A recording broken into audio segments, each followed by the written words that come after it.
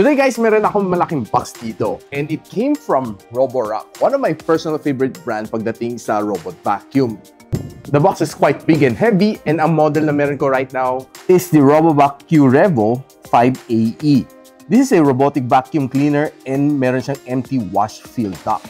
And balita ko, sobrang high-tech na siya ngayon compared sa mga previous generation na nagamit ko. So unbox natin right after this quick intro.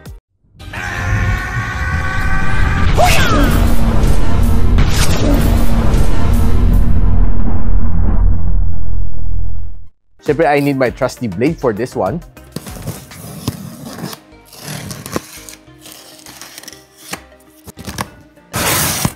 This is basically a box within a box. So, kailangan natin ibuksan din to.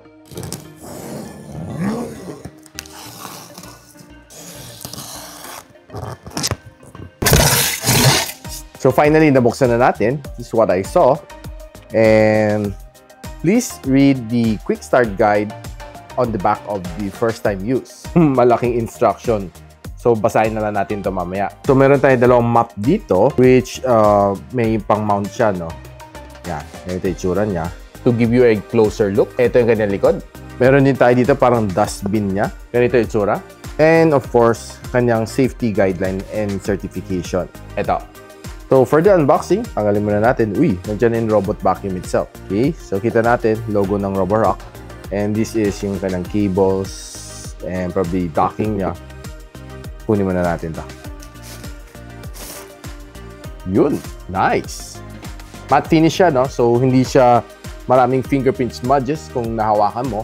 So, I like this better yung mga predecessor niya na medyo shiny. So, meron siyang sensors dito. Meron siyang mga sensors dito. And then dito kanyang charging terminal. This sa ilalim probably might be a camera sensor. Kanyang power button and of course ang kanyang home button. And sa ilalim you will see the brush. So, most likely, this is just the cable. Yan, cable nga lang. Kapal cable niya. And further unboxing another layer. And another layer. Uy. Ito siguro yung kanyang auto na self-disposal na bin. Plus yung kanyang water tank. Ganito yung itsura niya. So this is dalawang tank to, no?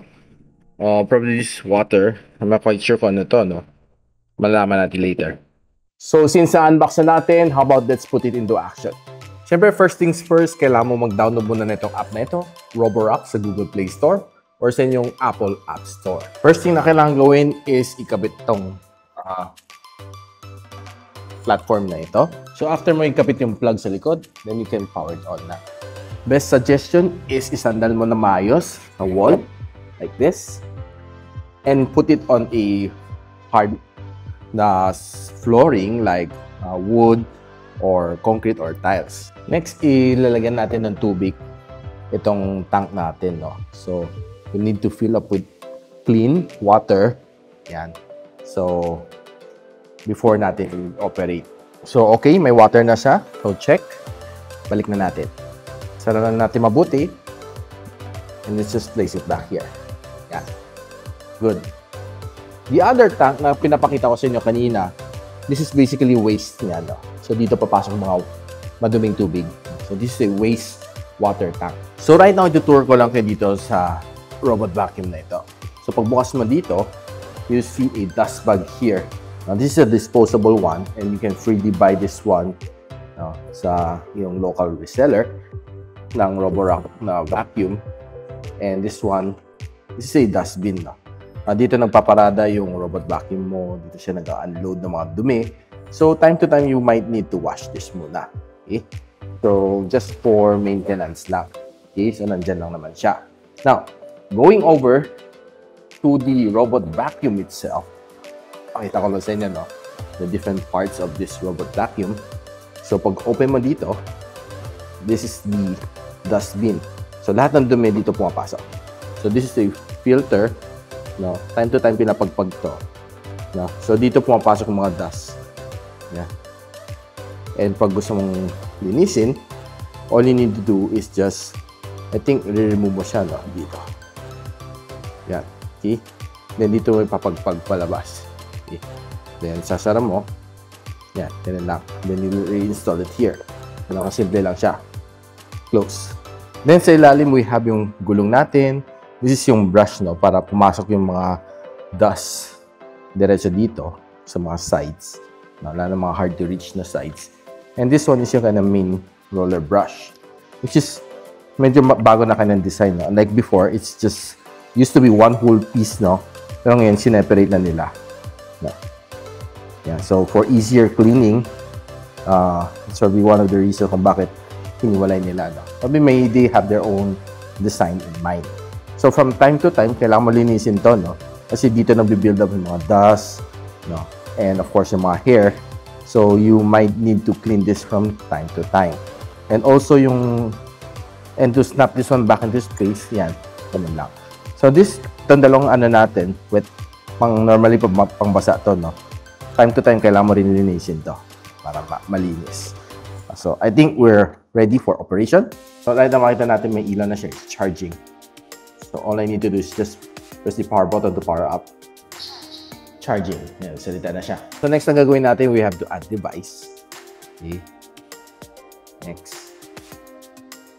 Allow natin. So scan natin ng QR, no, na nakatago sa loob ng robot vacuum. Makita natin dito. Yan. Okay. So scan na natin QR. Ayun, nabasa niya. Ang next sa turo niya is to press this one until mag-reset Wi-Fi. Yun. Reset na yung Wi-Fi. So, I have heard the setting Wi-Fi. Next. Okay. Yan. So, kailangan mo lang enter password natin sa router. Connected devices Wi-Fi. Okay. So, ano na siya? Sarili na siya, no? Okay. So, connected na siya as per sabi niya. Okay. Wala pa siyang map, no? Kasi first time lang natin gagamit. Wala tayong carpet dito. Wala rin tayong multi-level. So, do not disturb siya from 10 in the evening hanggang 8 in the morning. Okay. Off muna natin. Okay. Mas maganda yung map saving natin. Okay. Para maalala na yung map dito sa loob ng kwarto. Okay. So, wala siyang map found. You can either mag-mapping muna tayo or mag-ano lang tayo. Vacuum and map lang tayo, no? So, let's quickly set up. So, what we can do now is to vacuum and map tayo right now. Hindi muna, mag-ano tayo. Quick mapping muna tayo. Map creating guide. Okay. Yan. Kaya muna natin siya mag-mapping dito. Kasi makita mo na gano'n na siya. Yan. Using its LiDAR, no? Makita niyo yung ano niya. Kung saan may obstruction. Yan. Makita mo yung green is kung nasaan yung duct niya. Very intelligent naman mga robot vacuum. Nakita siya ng obstruction, auto-iiwas na siya. No, may LiDAR na yung mga ganun na. So, intelligent. Yes. Yan.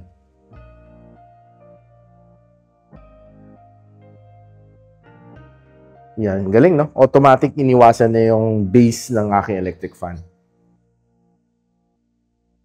Okay.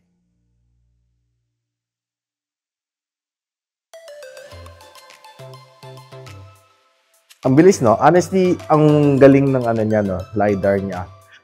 And guys, oh, tapos na siya mag-mapping. Saglit lang, bumalik na siya. Yan, na-atras na siya para bumalik siya sa dock niya.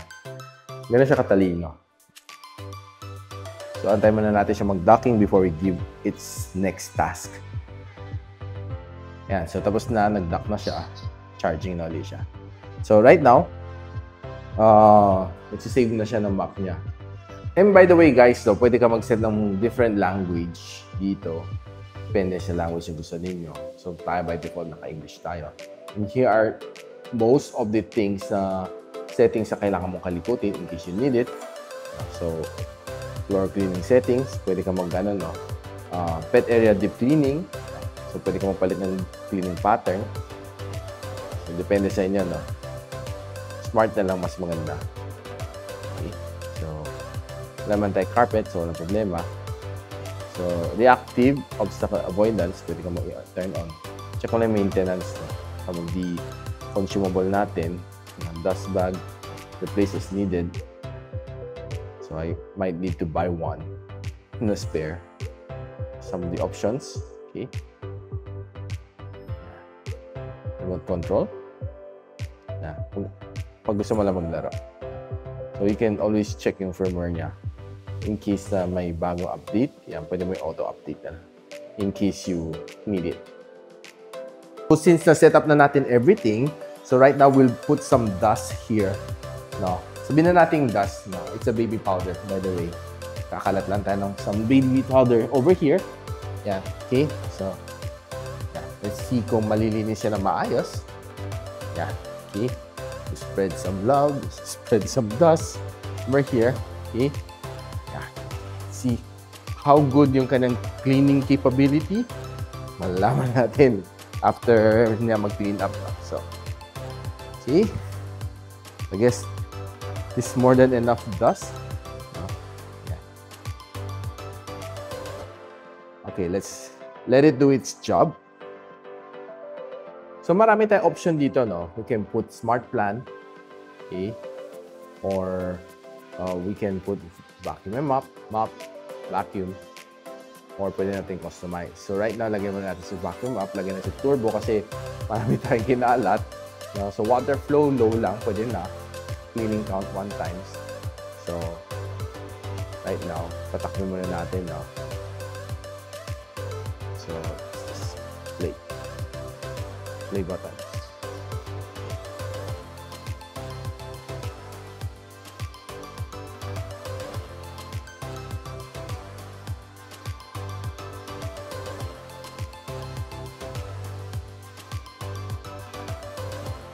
So let's get a closer look.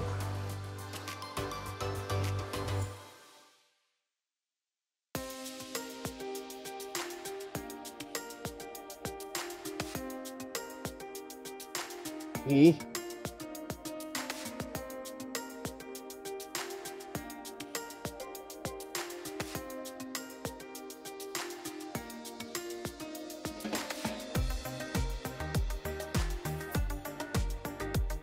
I like the way, no, paano niya in-adapt tong dalawang map dito sa likod. It looks really cool. No? Yan, no? Habang nag-vacuum sa harap, nagwe-wet map na siya sa likod. So you'd see, no, na it's a bit wet over here. Yan, may mga markang tubig, oh. Not sure kung kaya na makikita niyo, no? May kunting marka ng tubig kung saan siya dumaan, no? At first. Yan.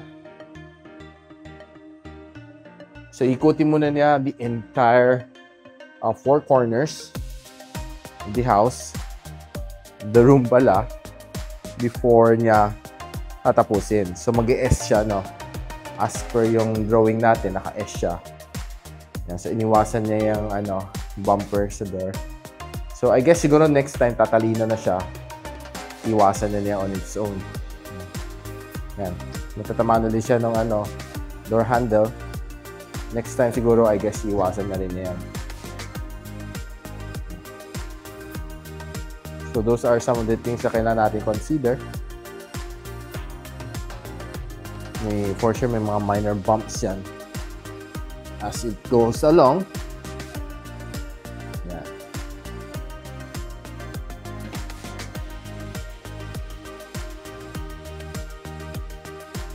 It's nice to see, no? It's doing its job. Yan. Sarap lang siya pag masdan.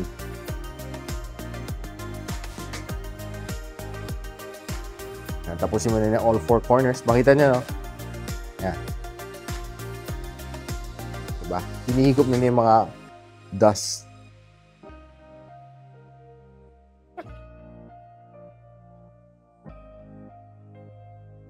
Just have to trust the process na lang, no?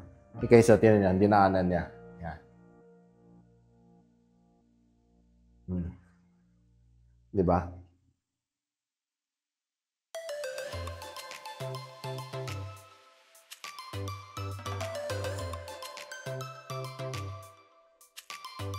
Nice. Oh, ha? Tanggal. Yung mga dust, oh. Yeah. Nawala, oh. Diba? I'll say it's effective.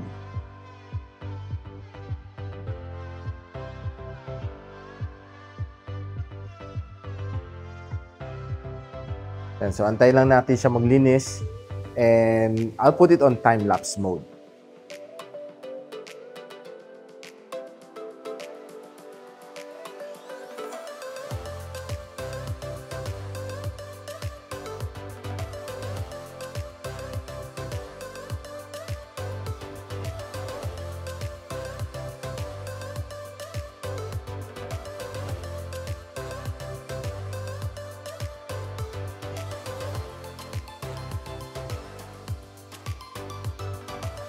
So guys, tapos na siya.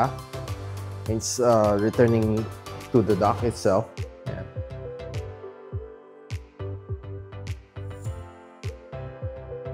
Okay. Ginawa lang naman natin one pass lang. So right now, it's supposed to be charging itself na. Empty dustbin ang sinabi niya. So,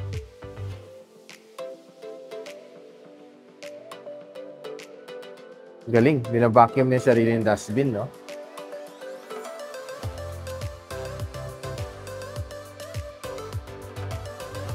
Solid. Wala ka na po problemahin. Hindi mo na kailangan. So, nagwa-wash na siya. Wash the mop. Sabi niya. Not sure kung magkakalat siya, no? It's my first time. So, I think it's emptying itself, yung dine-drain na yung water, I guess. So, inspect lang natin kung malinis yung floor, no? Basically, it's pretty solid and clean, except may konting mga powder na naiwan. Probably, I guess, nabasa siya, no? Yung powder and water don't mix really well.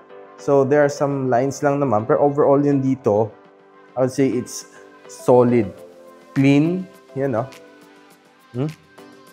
If you inspect yung bahay, I would say, malinis, no? Malinis yung floor. Pretty solid, nice, no? Perfect sa mga wooden na floors, you know, with the Roborock na Q-Revo 5AE. Solid na investment to. And probably kung curious ka, yan, no? Ganito itsura ng mga maduming tubig niya, no? Which is pretty nice and solid, no? Talagang nakita mo yung dumi. Probably this came from yung mga powder. Kaya put milky white yung kanyang dumi. So yun guys, nakita na ng capability nitong Roborock na Q-Revo na 5AE. Nakita naman natin na maganda siya maglinis, kaya niya mag-mop, and everything na kailangan mo inside a robot vacuum, kayang-kaya nilang gawin. So basically, wala ka nang gagawin sa loob ng kwarto. All you need to do is just set it automatic, sarili niya siya maglilinis, and it will keep your room really tidy every single day without you even lifting a finger. So definitely this is a very good investment for any household na, of course, syempre throughout the day, busy ka, gusto mo pag-uwi mo, malinis yung kwarto. This is definitely a good investment. Kung meron kayong mga kids sa bahay, ayaw malumilipad mga alikabok, and of course, syempre, baka mag-cause sila ng allergy or magkaroon sila ng sakit. So it's definitely nice to keep your house tidy every single day. Together with this one, si Roborock na Q-Revo na 5AE. So if you're interested to buy this one, I'll definitely put it on the link on the description box below, or pwede nyo check yung product links dito sa video na ito. And if you like this video, don't forget to share it to your friends. And a quick sub is definitely awesome. I'll see you in my next video. And so, ako para si Richmond, and you're watching Gadget Sidekick. What's up? Like and subscribe to my channel. Don't forget to hit that notification bell. For one of my latest uploads, click the dito. And for one of my popular uploads, click here.